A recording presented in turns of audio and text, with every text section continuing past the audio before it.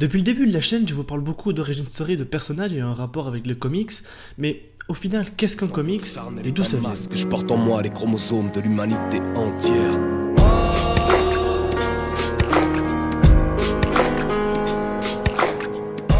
Le comics est un terme utilisé pour désigner la bande dessinée. Il provient du mot anglais comic car les premières bandes dessinées américaines étaient autrefois humoristiques. Aujourd'hui, dans le monde francophone, ce terme désigne spécifiquement la bande dessinée américaine. On va surtout s'intéresser aux origines des comics en Amérique. Parce que si on veut remonter au tout début, on peut aller jusqu'à la préhistoire, car la bande dessinée c'est un art narratif et graphique, et on trouve ces éléments notamment pendant la période du néolithique. On peut aussi parler des Égyptiens plus tard qui ont développé cette technique en y ajoutant un système d'écriture, ou encore un peu plus tard au Moyen-Orient et Extrême-Orient, ce qui pourrait s'apparenter à de l'imprimante et donc à la distribution, grâce à ce qui pourrait aussi s'apparenter à la première forme de livre. Tout ce qu'il faut savoir, c'est que la bande dessinée est apparue pour la première fois en Suisse en 1827 sous les traits de Rodolphe Töpffer. En bref, beaucoup de bandes dessinées sont développées en Europe pour arriver jusqu'à un résultat qu'on connaît aujourd'hui. Et donc, 15 ans après la création de la première bande dessinée, sort en Amérique la même bande dessinée de Rodolphe Töpffer, à savoir Les Amours de Monsieur Vieux-Bois. Ce qui est très rapidement suivi par d'autres publications et d'autres bandes dessinées de Rodolphe Töpffer. Des jeunes artistes américains ont alors l'idée de produire des personnages semblables. C'est alors la naissance du premier comics américain,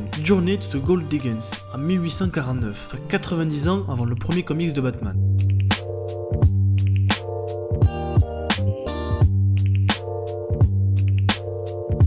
Le début de la création de DC Comics remonte à l'année 1934. En effet, cette année-là, Malcolm Wheeler Nicholson fonde la société Allied Publication. Plusieurs comics sortent alors et ils ont déjà un petit succès, puisque contrairement aux autres maisons d'édition, Allied Publication propose des bandes dessinées inédites. Puis, en 1937, l'entreprise est renommée Detective Comics. Ensuite, vient 1938, l'année la plus importante chez DC Comics, puisque cette année-là paraît le premier numéro de Action Comics en avril 1938. Bien que peu soupçonné, ce comics va révolutionner le monde de la bande dessinée, puisque ce sera le premier super-héros et il racontera très rapidement un succès fou. Bon, après je vous épargne les détails, il y a plusieurs reventes entre les maisons d'édition et des accusations de plagiat, mais rien de très important à retenir pour l'instant. En bref, tout ce qu'il faut retenir, c'est qu'à cette époque-là, DC Comics est la maison d'édition qui marche le mieux.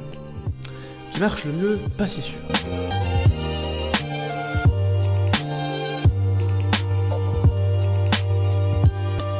Après le succès immense de Superman, Martin Goodman décide en 1939 de fonder une autre maison d'édition, à savoir Timely Publication, qui changera rapidement de nom et qui se fera connaître par des personnages comme Submariner, la Torche Humaine, mais surtout Captain America, qui donnera un message très fort en période de guerre, d'avant-guerre et d'après-guerre. Et c'est grâce à des auteurs et des dessinateurs très talentueux qu'on a pu voir des personnages naître haut en couleur, tels que Stan Lee, Jack Kirby, Steve Ditko, Bob Kane, Frank Miller, Marv Wolfman ou encore Carmine Infantino. Mais malheureusement, ou pas d'ailleurs, les comics n'ont pas servi qu'à amuser et à distraire le public qu'ils voulaient atteindre.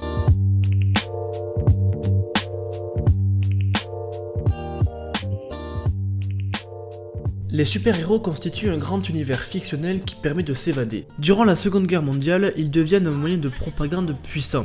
Captain America en est l'exemple parfait. Ce dernier, qui a été presque créé pour ça d'ailleurs, combat le nazisme durant la période de guerre. Superman a lui aussi été un outil de propagande dans des buts différents. Il a été utilisé notamment pour les politiciens pour pouvoir toucher un jeune public. Dans le Action Comic numéro 309, on le voyait sur une couverture de comics. Superman disait alors « Si je ne peux pas faire confiance au président des États-Unis, à qui je peux faire confiance ?» On peut donc constater que pendant les périodes de guerre, presque tous les personnages sont utilisés pour passer des messages et ridiculiser leurs opposants, comme par exemple pour Hitler.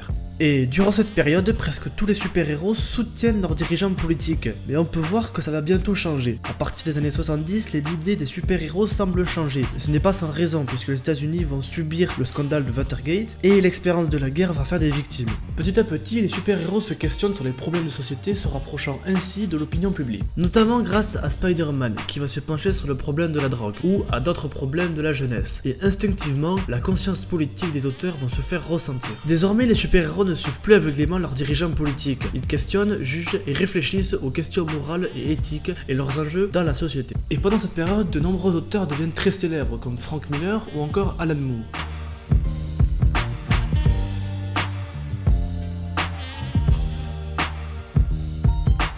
En effet, la censure a été un très gros problème dans le monde du comics, que ce soit directement en Amérique ou plus tard en France. En Amérique d'abord, le Comics Code Authority pose quelques problèmes.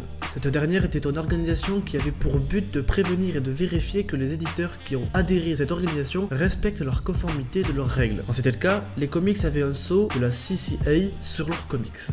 Et le problème dans tout ça, c'est que les règles à respecter, elles sont très contraignantes et elles brident un petit peu l'auteur. Les règles à respecter sont les suivantes. Il faut respecter toute représentation de violence excessive et de sexualité parce qu'elles sont interdites, les figures d'autorité ne doivent pas être ridiculisées ni présentées avec un manque de respect, le bien doit toujours triompher du mal, les personnages traditionnels de la littérature d'horreur sont interdites, les publics avec le tabac, l'alcool, les armes, les posters et les cartes postales de pin-up dénudés sont interdits dans les comic books. Rien que ça. Et du coup, le second problème qui arrive rapidement avec cette organisation, c'est que les auteurs se censurent eux-mêmes pour ne pas avoir à subir de la censure. On s'est donc déjà retrouvé avec des histoires bridées et avec peu de sens et très plates. Et vous voulez savoir le plus triste dans tout ça? C'est que cette organisation, elle a été active jusqu'en 2011. Et un autre problème, c'est que les comics qui ont réussi à arriver en France, notamment grâce aux éditeurs Lug, elles ont subi une censure autant, voire encore plus forte. Vous connaissez les 4 Fantastiques et le personnage de Ben Grimm, alias La Chose, et voici la réaction de la commission de censure. Cette publication est extrêmement nocive, en raison de sa science-fiction terrifiante, de ses combats traumatisants, de ses récits au climat angoissant et assortis aux dessins aux couleurs violentes. L'ensemble de ces visions cauchemardesques est néfaste à la sensibilité juvénile. Voici donc la mentalité avec laquelle les comics sont approuvés en France à cette époque. En bref, cette vidéo est finie. Si vous avez aimé, n'hésitez pas à mettre un pouce bleu, à vous abonner à la chaîne si ce n'est pas déjà fait. C'était Monsieur Bucky pour vous servir.